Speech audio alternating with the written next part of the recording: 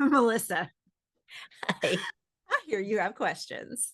I do have questions. What you got? So today is my mom's birthday. Happy birthday. Yes, Cecilia. And she has not been here on this terrestrial plane for 5 years, almost. Yeah. So as I got into astrology over the past however many years, of course, I started here and then, next layer, next layer, next layer, wanted to find everything. And I've been able to find actual birth certificate for my mom, my dad, my siblings, my grandmother, which made so much sense. So that said, um, my precious mom, she's love her. She was like mother, just mothering. How it has come to my attention that there are some interesting qualities about her chart that I would love to share. However, and I have questions about how do you feel about the sharing of information and rendering of an astrological chart for somebody who cannot or does not or will not or cannot consent to that? Oh, yum. I have strong opinions about this. Um, I'm one of those, let's big picture in general. I'm one of those consent is so fucking sexy kind of people. And that means to me, I don't even really enjoy looking at celebrity charts, which I know a Mhm. lot of people will use famous people's charts as backup for look at how this pattern plays out. These are people we know an awful lot about their lives. Therefore, we can see how this plays out. And as someone who's worked in show business her whole life, I go, I know we see a lot of things in celebrities' lives that we think are a certain kind of way that are not necessarily how they are. So, first of all, I Right. don't think it's always a great example of we see how this is when this happened in that person's life. And I'm like, that's when their publicist let you in on that thing that happened in their life that maybe happened way before. Right. But I concede your point. I mean, like, I do understand why looking at charts that we can all agree are not close to us. Like you said, when you first started getting into astrology, you're like, it explains me. I get me. I now let me look outside of me and see what I Right. can learn. So for me, I'm going to always say if the person is around to give consent, I'm going to want that before I feel really comfortable diving in to a Mm. chart. So like Beyonce goes and puts her birth certificate in a book. She wants us looking at her chart. She has Yeah. no problem with us looking at her chart. She knew we were doing it already and we just weren't sure about her rising. And now we are. And she is like everybody celebrated the day that the Bay birth time came out. But Uh-huh. it is sticky when we're dealing with people who like, would your mom have consented to us looking at her chart before now? She would have consented to me knowing what time she was born. Okay. Okay. Um, she might have consented to me looking at that, but it is so difficult to know Of course. because of how she grew up, Sure. because the culture in which I grew up, astrology is of the devil, Got it.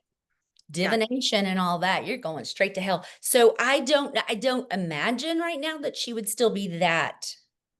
That's the part right there. You just hit it because I know my mom died in 2000 Mhm. and I know that I've had to recalibrate and get to know mom differently Right, because not just she's not here physically anymore, but she is of such higher enoughness now yeah, that she doesn't have all the physical limitations that were problematic for her when she was right. here.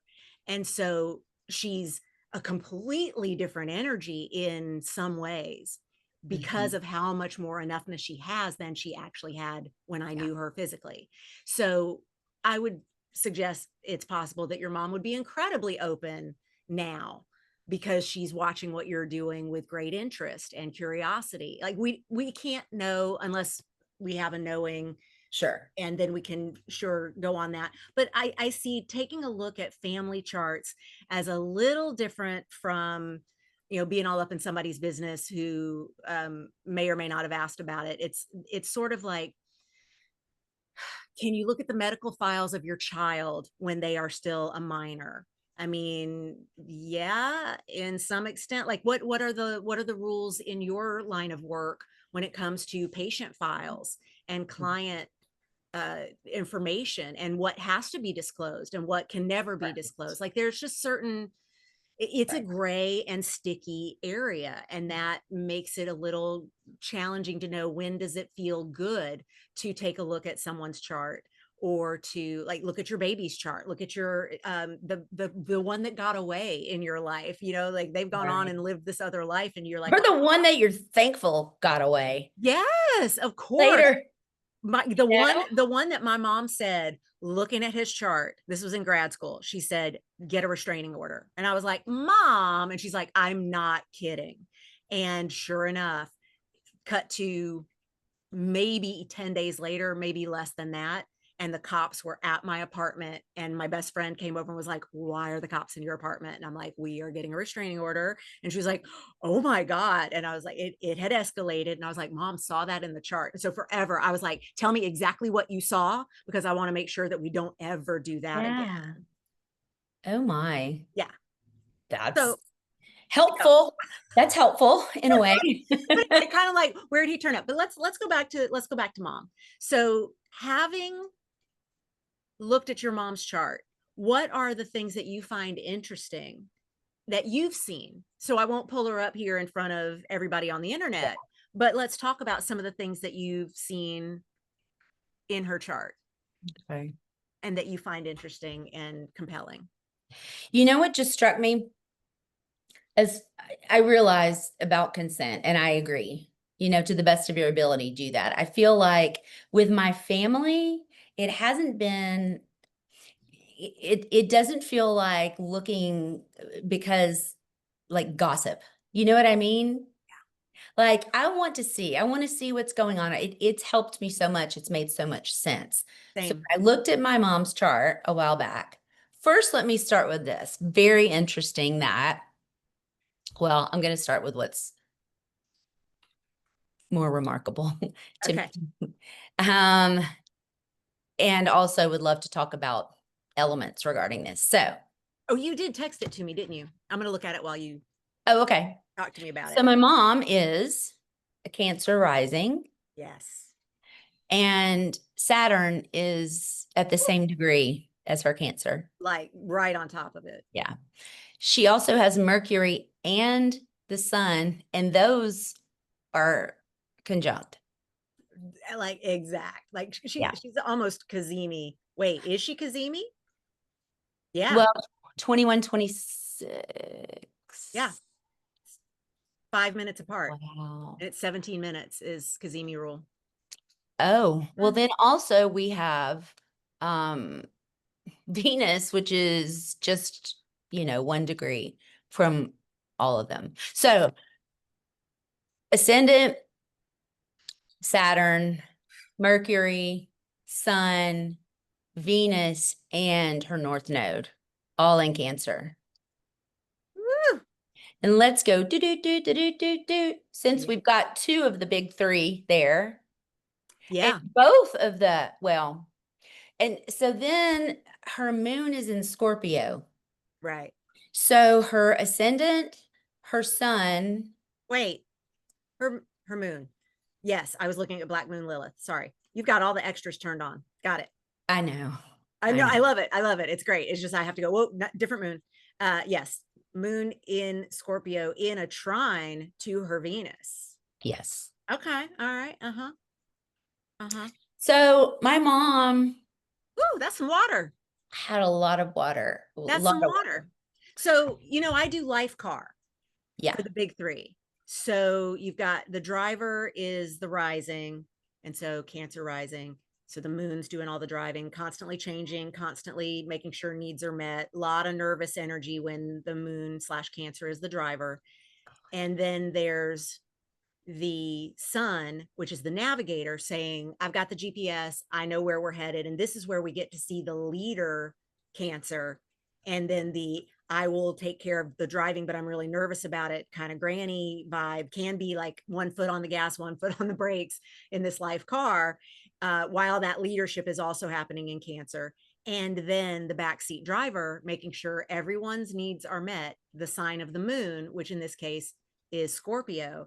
And it's always complicated when you've got the actual moon in the car and the moon is the backseat driver and that moon is in a different sign. So feel me? It also similarly, if you Yeah. have Leo anything in your life car, you're going to have the actual sun as one of the rulers, and also it is the sun. And so, right. So it gets a little extra. It's like that's turned up even more. But so talking about your mom first, we'll get to you. But talking about your mom. We don't have to talk about me. I'm looking at my mom. The other thing is, I'm noticing, I'm interrupting you. Like, her ascendant doesn't exist without Saturn. So one of the things that was on my list of topics that we should at some point discuss is when you have a co-star with your natal planets. Yeah. Meaning you've got a moon, but your moon is sitting there with something on her. Yeah. Of course, the moon is going to be flavored a whatever kind of way. And in the case of your mom, the ascendant does not exist without Daddy Saturn. Like Right. it's two right on top of that. And then we would similarly say, well, if you've got Mercury and the sun right on top of each other, you don't have a sun without a Mercury. So there's not a being that doesn't communicate constantly. And there's not a communication that isn't felt really at the center of that ego, in a way that people who have them farther apart from one another can separate the communication from their enoughness, their beingness. But so let's talk about this completely watery life Wow. car, completely watery. Now, no matter what, your life car, every human, your life car is going to have at least one missing element. And so we've got fire, earth, air, and water. And no matter what, since we only have three things in the life car, the sun, moon, rising, that means we can, there's for sure going to be one element missing for everybody. And just getting that missing element activated somewhere is going to help your life car and your journey be a little more balanced. But in her case, she's I was got going to ask, like, what would you have told her? that you're not even driving a life car, you have a submarine. So not even a boat. It's not even a boat. That because of the Scorpio moon. Like if it were Cancer, I could say maybe we're a boat, but this is submersive. That Scorpio likes to go down, down, down, down, super deep. And remember, Scorpio moon, not a happy moon.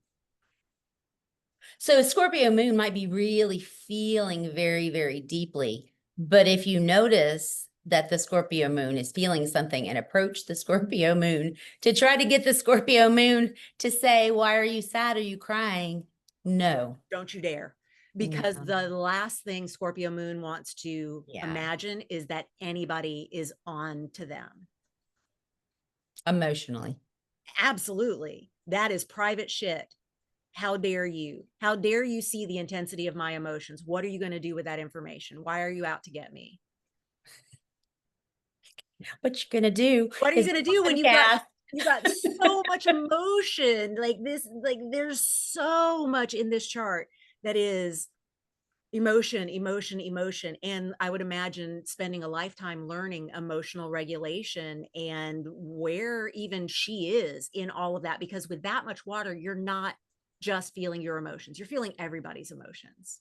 Felt everyone's emotions. And what's interesting is she was not dysregulated. I mean, not externally. Great. She was not. How was it? Because Saturn gave some structure? I mean, It probably had to do also with, I mean, she was, what's interesting is she's got a lot of Leo. She was running the show. Oh yeah. She was doing all the stuff.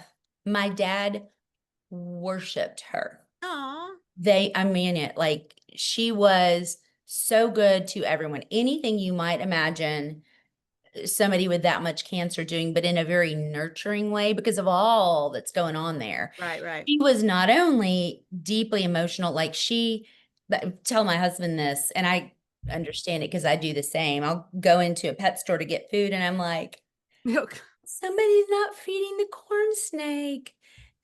Don't I can't go into pets. I can't. I'm like, they all need to come home with me. That's the truth. And she would cry, like, we could not watch sad movies. At the same time, she would, as I see that, like, the sun there in this, pretty nurturing place with Mercury, Mhm. she was not terribly assertive, but if somebody messed with us, like, she'd jump out of the car Well, and that's them to what you gotta remember about cancer, and this is something that gets mistold a lot. Um, Cancer, yes, the nurturer, the mother, but the mother who will actually, you love it when I say this, pinch off your pecker if you come for her kids. she would. Like, and if the cancer person or the person with lots of cancer in their chart, it doesn't have to be their son, but for her especially, if they feel anyone's coming for their family, and family is defined for some of us very Right. broadly, Yeah. don't come for my community, don't come for my people, don't come for my humans. Like, it can be really broad. Don't come for the little baby animals, don't go, like, For the everybody needs to babies. be protected.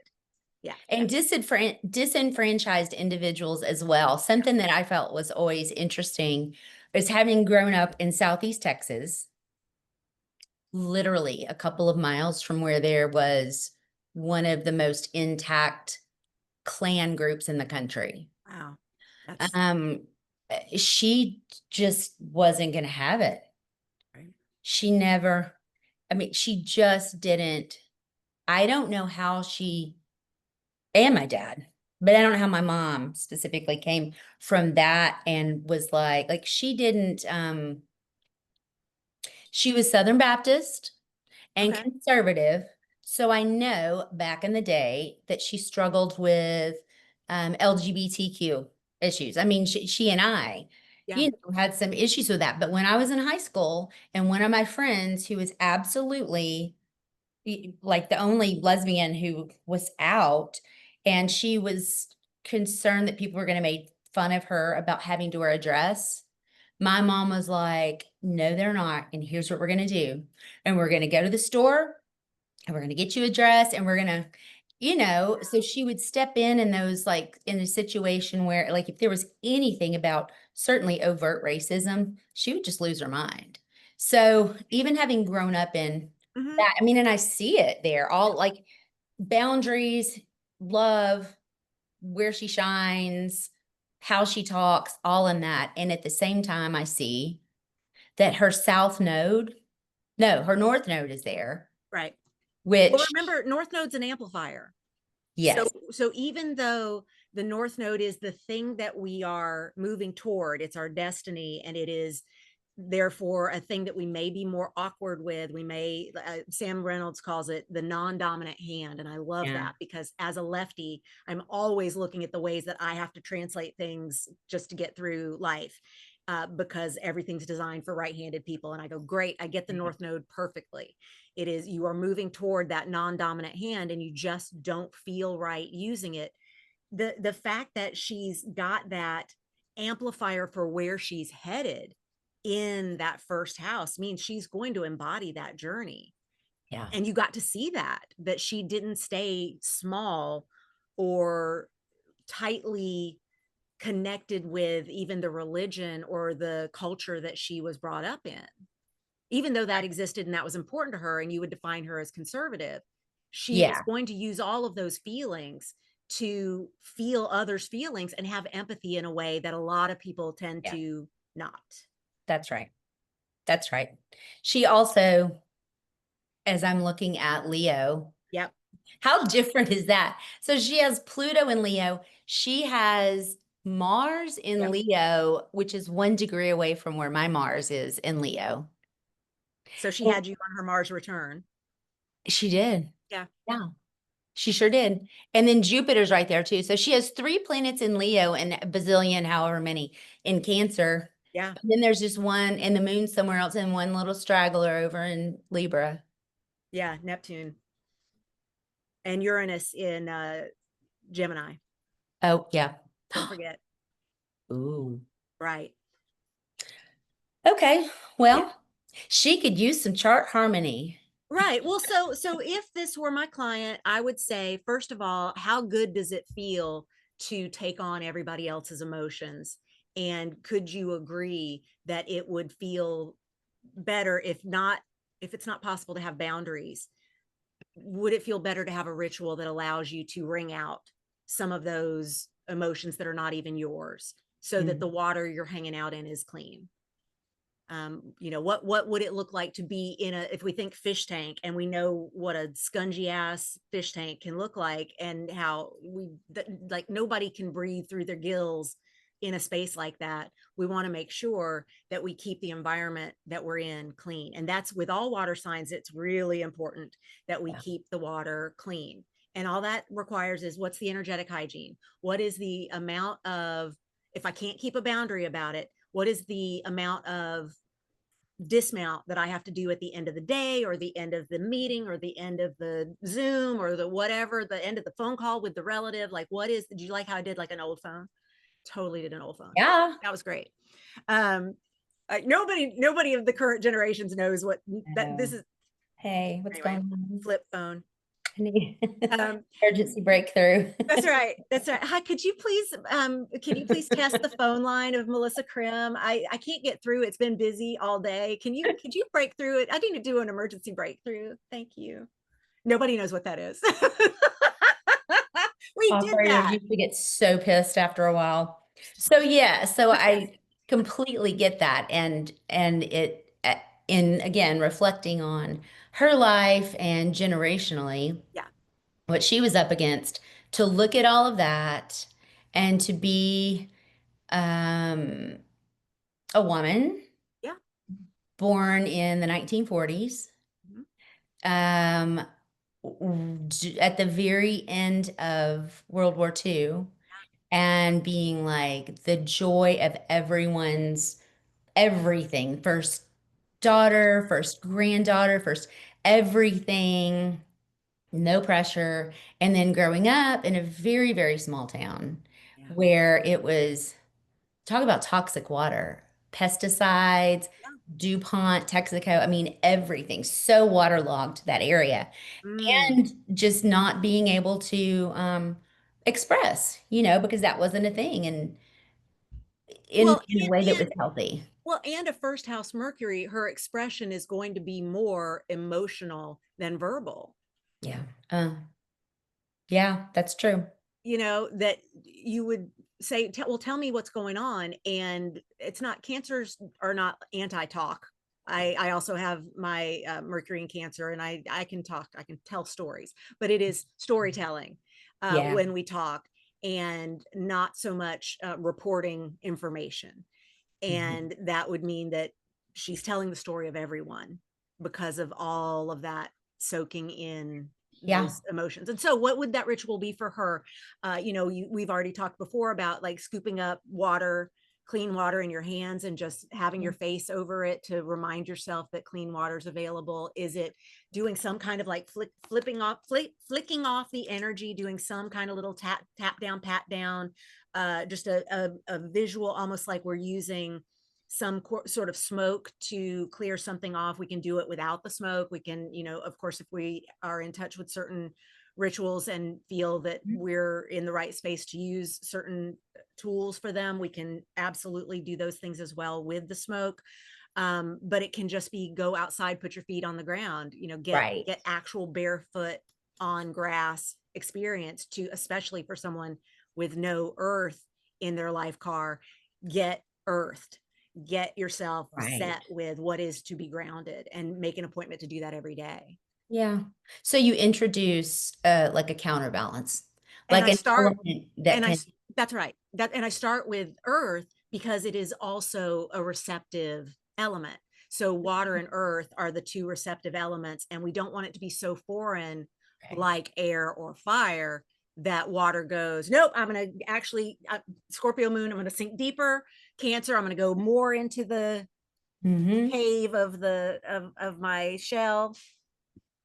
We want it to I be, did not know that. That's so good to know. yeah, start with the element that is of the same polarity. So we used to say masculine, feminine. We would say assertive, receptive. So Yeah. fire and air are assertive. They take action to make things happen, whereas Mhm. water and earth are receptive. Okay. They are ready to bring in and manifest the things that have been started outside of them. Okay. That just clicked in my brain. As long as I've done this, I'm like, oh gosh, the polarity. Because Yep. I'm looking at that with like the signs, and I don't know why it never occurred to me to. Well, now you have I it. mean, it did occur, but it did not in that.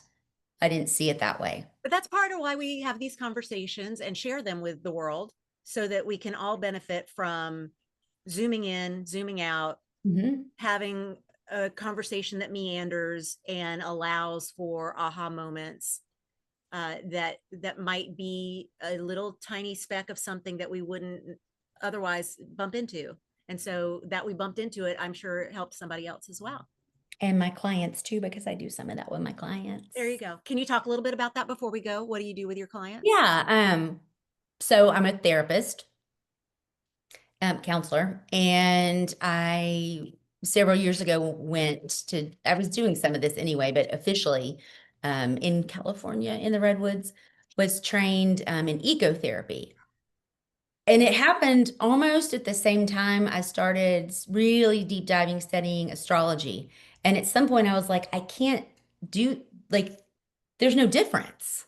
Like there is, but there isn't. Like this doesn't exist without that. So with my clients, who are willing to not even from an astrological standpoint, but from like an ecotherapy, nature-based therapy type of standpoint. I know what's going on with most of them astrologically. So I'm like, and I can see it.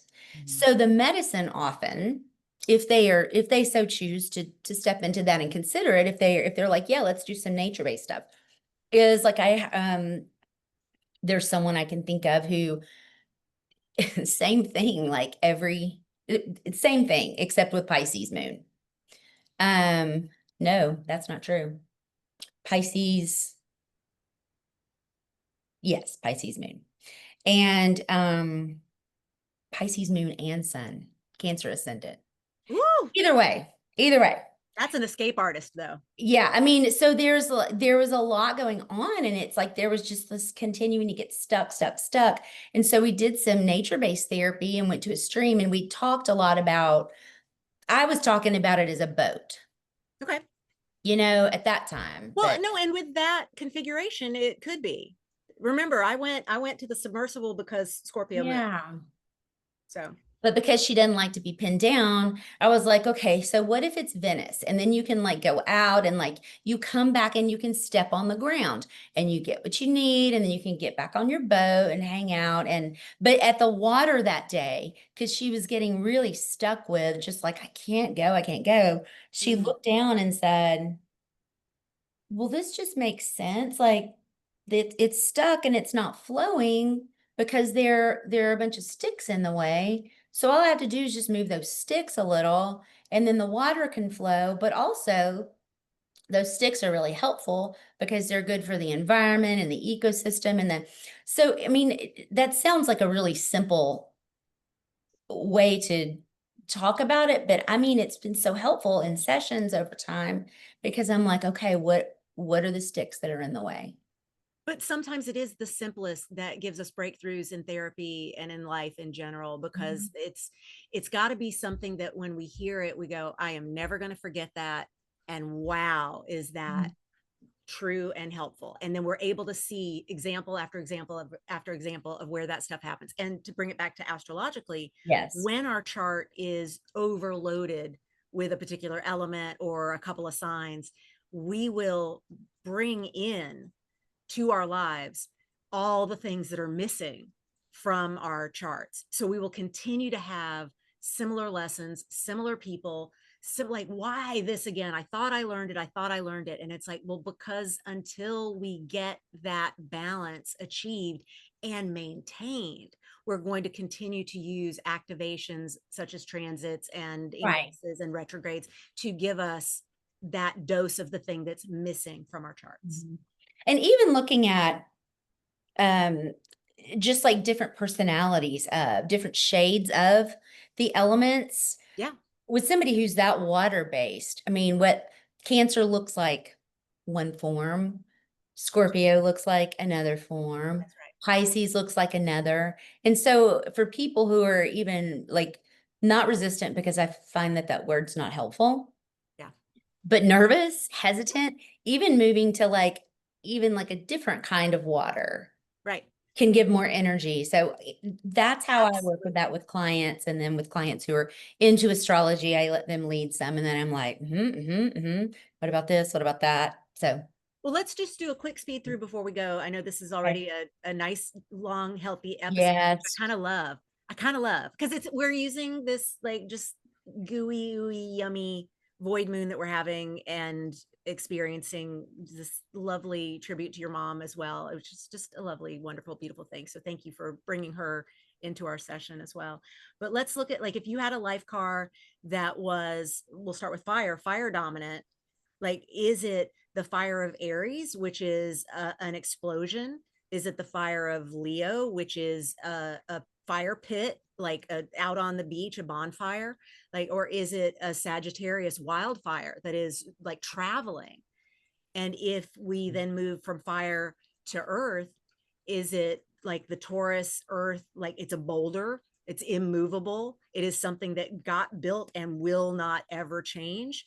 Or is it more like a Virgo earth sign where it's sand and it's mutable and it's blowing around? And so we'd say blowing, that's a little air. Okay, if I don't even want to bring the air to it, the sand is moving because it is sand, and that's Yeah. what it does, is it moves constantly, to bring the mutability to that Virgo. And then the last earth sign being Capricorn. Well, what is that? Is Saturn ruled? So is it a ladder? Is it the face of a mountain and the goat climbing on the tiniest little ridges of stability? Like, what is the earth like in that sign, and why is it different from what we have in the other two? When we move Mhm. it over to water, we've already talked about in general that experience, but for Cancer it's going to be, where can I keep my home underwater? Where is that going to feel okay? And can I then bring it back out and scurry around? And then do I let the water crash me somewhere? And then once I'm there, that's where I live. Or when I move, I'm only moving sideways. Like there is that very interesting worldview that happens with Cancer and movement Wow. and stuckness, but it's not stuck like a fixed sign is stuck. Right. It gets dug into, no, I'm supposed to keep a home, which means I'm not mutable, and Cancer's not mutable.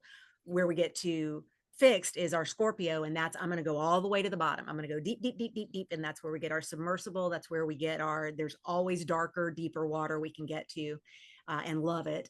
And then with Pisces, it's, well, I'm two fishes, so I'm always going to be able to swim away and have both at the same time. I can take all the Yeah. options, so I don't feel trapped ever, because I can go infinite spaces.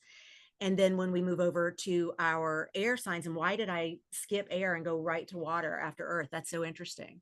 I why'd I make air last? Why'd I do that? I'm sorry, air, because Yeah. I'm air dominant, so I wanted to make it last so it can like finish the show. Okay, fine, I'll take. Ba-da-da. So is it the air of Gemini, which is again a dual sign? So always talking to itself, chatty, chatty, it uses words, it's Mercury ruled. Or is it the kind of air that is Libra, which is, yes, the ideas flow, but we have to have a +1 to get those ideas flowing. They don't exist just in the mind like they do with Gemini. This Gemini ruled by Mercury can have the conversations alone. Libra ruled by Venus has to bring in another party, or else the air signing can't happen. And then is it the air of the Aquarius, which is, I'm here to spill all the ideas out to everyone. Therefore, the air is to an audience, and I'm fixed. Therefore, I stick here with my wiggly wavy arms at the used car dealership because I'm that balloon guy, but I got all the ideas and they disseminate, and I trust that they're always going out there. That's why I ended with the air, because that's just beautiful visual. But when we think about the elements and understand that even within the elements, there are differences, and we can then take even those signs down to their decans, and there are differences. There are infinite ways to come at how do we make this feel balanced. And that's why I love keeping it simple as often as we can, because it's easy to get overwhelmed. And we don't want, that's why put it in the life car. What's missing in the life car? Okay, what are you missing in your life car, element wise? You're missing air. So you bring people into your life who air sign with you. Your job is to air sign with people. That's true. You know, that's when people schedule to come with you, that's what they're coming to do. Yeah. So you brought it in. It's not in your car. So you brought it in. Not. You never know, because I don't shut the hell up. But It's what I love about you. One of the many things. But seriously, okay, well, that makes sense. Right.